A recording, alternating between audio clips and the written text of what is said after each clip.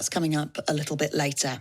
12 minutes past 7. Now to the Abingtons in South Cambridgeshire, where people claim plans for more than 4,000 new homes in the area would engulf their community. Campaigners described the proposals for Grange Farm, a site near the A1307 and the A11, as last-minute and ecologically unsound. More from our political reporter, Phil Shapka. You find me next to the A1307 in the Abingtons. I'm here with James Snell. James, you've lived in the village now for 30 years. Yes. There are 4,500 homes sort of planned here. What are your thoughts about that? We, as a village, we embrace change, and we very much support the idea of a village hub being supported by more people who contribute more to the village. This is not a question of a few houses. 4,500 now has been proposed at 6,000 plus. Is well outside an expansion of a village. It's a new town on the side of a village. We are therefore highly suspicious that the infrastructure will be able to cope, let alone the social infrastructure, which we feel is one of the most important factors that gets overlooked. You're talking about infrastructure. What sort of infrastructure concerns do you have? We're right next to quite a busy road right now. Infrastructure is multifold, really. It's obviously the road is our biggest problem. We are by a very, very busy road anyway, which flows full of traffic when it's flowing. One small thing doesn't flow, and then the traffic goes through all of the villages, including the Abingtons and round the back. So traffic is the one thing. We can't see how the existing network could support 4,500 homes. We certainly can't see how it will support it being more of a destination like a new town, because people would be going to it, not just from it. So that's traffic, but the infrastructure, apart from that, is very much with the environment. The environment, as you can see behind me, it's the only bit of raised landscape around here, and the idea of putting a new town on the top of it will change the whole of the environment, visually, but also the infrastructure to cope with it, the sewage, the water, the ecology, everything. So it was originally planned to have 6,000 homes. In the most recent updated plans, there's now 4,500 homes. Are you pleased to see a downsize to them? Of course, we're pleased to see a downsize, but quite frankly, 4,500 homes, 6,000 homes, it makes very little difference to our feelings about a new town on the edge of the village. If it was 2,000 homes, we'd still be standing here giving our comments. A few hundred houses for each village would probably ruin each village. So it's a very, very delicate number. And a new settlement needs to be a new sustainable, self-sustaining settlement with its own junctions off major roads, its own ability to cope with its own traffic. This is not this. This is on the edge of a village which works and is putting up with the traffic, but is difficult. People, where we're standing now, can take 10, 15 minutes to come out of a driveway. James Snell there, speaking to our political reporter Phil Shapka. James is one of the campaigners from the Abingtons, fighting plans for 4,500 odd new homes at a site called Grange Farm. We asked to speak to somebody from Cambridgeshire District Council about this. Their lead cabinet member for planning wasn't available, unfortunately, so we have this statement.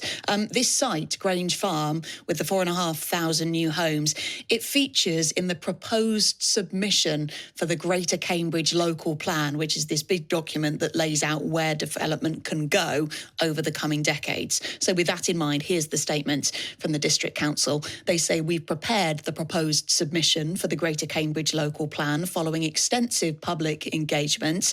As part of this process, further evidence on heritage, ecology, landscape and transport has also informed proposals for land adjacent to the A11 and A1307 at Grange Farm, resulting in a reduction in the capacity of the site and development of more detailed policy requirements. Subject to approval by councillors, the plan will undergo a final round of public consultation before it's submitted to government to be examined by an independent planning inspector. We will hear from more of the campaigners in the Abingtons after 8 o'clock this morning, along with Heather Williams, who's the leader of the opposition Conservative group on South Cambridgeshire District Council. Breakfast Breakfast with Dotty McLeod. It is 11 minutes past 8. Something else we're talking about this morning are these plans for more than 4,500 new homes close to the Abingtons in South Cambridgeshire, a proposal which some local people say would just engulf their community. Campaigners describe the proposals for Grange Farm, a site near the A1307 and the A11, as last minute and ecologically unsound. Our political reporter Phil Shepker has been to meet Anna Ross. So Anna, we're stood right next to where the Grange Farm development would be, 4,500 homes currently planned. What are your thoughts about it?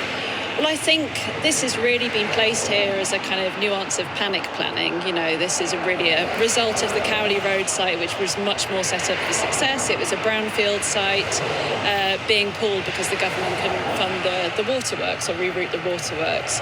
So this was put in very last minute. It's huge. We don't have any evidence of any other sites and why Grange Farm is the appropriate place for this. In fact, you know, all their own assessments mark this as a red site. Is completely ecologically unsound, for the community it's unsound. So yeah, a complete panic plan. And that's because the thousands of homes that were planned in Cambridge on the old sewage works, you say, this is the replacement effectively? This is the replacement. They were placed where the kind of biomedical infrastructure and investment was being placed. You know, here we've got empty labs. There's, you know, for the employment-wise, it makes much more sense in the original location than here. And you've got concerns around the environmental impacts of this development? Yeah, absolutely. I mean, we're standing here during a hosepipe ban on what's been the hottest 3-4 weeks. You know, you can see all the grass is burnt. And this is agricultural land. And we also standing on, you know, one of the largest chalk aquifers, which feeds 99% of our drinking water. I have no idea why we're trying to build and put pressure on an already really stressed system. The River Granta has dried up twice, once in 2019, almost again in 2013. We're now facing water shortages. For sustainability point of view, water point of view, you know, it's a massive red flag. But can you see, though, why Cambridge is growing? We hear an awful lot about Cambridge growing, and there is a growth development corporation coming as well. Can you see why these homes might need to come? Absolutely, of course, and we're not anti-new homes. I'm 35. I'm of a generation that's also struggled to afford homes. So the generations below me, you know, Gen Z is the hardest hit by affordable housing, and so we're not against building affordable new homes, but one of the fundamental things is there are so many financial implications of this project that will bump up the cost of it, and what tends to happen first is they then reduce the allocation of numbered homes. So everything that needs to happen for this site to work, the CSET, the water, all of that infrastructure. CSET, that's the busway that's planned. Correct, yeah. So all of that will cost a huge amount of money, all of the road infrastructure nearby. And what we see tends to happen with these types of sites is then the first low-hanging fruit to go is the affordable housing. So no, we're not against kind of affordable housing, the need for new homes, that we've always been very supportive of that in the village and adapted to new needs and, you know, the catering to the younger generation. But for all of the above reasons, the water, you can hear the traffic behind me, you know, it's the wrong scale, wrong place, and that's what S.A.V.E is all about. You sure can hear the traffic behind them. That was local campaigner Anna Ross from the Abingtons speaking to our political reporter Phil Shepker. We can get the thoughts of Heather Williams, who's the leader of the Conservative group on South Cambridgeshire District Council. Hi, Heather. Good morning. What's your take on this one? Do you know what? Having listened to what Anna said, I think I've got a lot of sympathy. There is that sort of panic in relation to making sure we have a 5-year land supply, which of course is really important because otherwise the government can take over planning. But they're planning to take over the planning anyway via the Development Corporation. I think we need to be much stronger in telling government that they're wrong, and not just ploughing up, you know, the fields and taking them away forever. It's not the solution. There's much more sensible solutions that can be done with transport that's either already in the pipeline or has a better chance of getting it. Because, you know, rightly, the A11, A1307 is referenced, but the A505, you try to get through from sort of Duxford towards the Abingtons. I mean, it's single lane traffic, and it's chocker all the time. So I don't think it's the right side to be building based on what I've seen at the moment. I think it's going to cause a lot of people a lot of problems that are just not going to be resolved for the amount of money that's currently on the table. Where do you sort of put the homes, though? Because there is this requirement to build X number of new homes over X number of years, and they've got to go somewhere, haven't they? They have, but I think we've seen sites within this city that could be, there could be more densification of certain sites. Regeneration is something that could happen and could easily, provide that sort of volume. It is a lot of houses, but in the scheme of what we produced in places like Waterbeach, Camborne, for example, Northstowe, these things can be resolved, but we've got to be sensible about where they're going, and we need proper transport solutions. We cannot just put more and more people onto the roads. And going through the reports, as usual, the solution is we will make sure that reduced car use from day one. Well, I'm sorry, that's just not realistic. That's been tried and tried and tried, and it doesn't. Other than in a few roads, that's all that happens, and we're just going to create more of a problem. There is no easy solution, and I'm not going to pretend there is, mainly because the government has increased and put mandatory targets back in, something that many of us fought against, and we need to be fighting against that again. We know best for our area, and bad sites like this potentially come through because of mandatory government targets. I mean, on the subject of kind of government targets and how much control local councils do or don't have, are all of these arguments kind of for the birds, given that local government reorganisation and indeed, as you rightly say, the Cambridge Development Corporation are coming fast down the tracks? They are, but also here comes a new Prime Minister who I don't agree with his politics, but he's the one that's saying about devolution and saying about local government. Well, he's going to have to practice what he preaches. If not, he's an absolute hypocrite to say that he wants devolution. He wants to be on the side of more locally decided decisions. We're going to have to wait and see what happens. But we absolutely, the Development Corporation, we should be fighting it.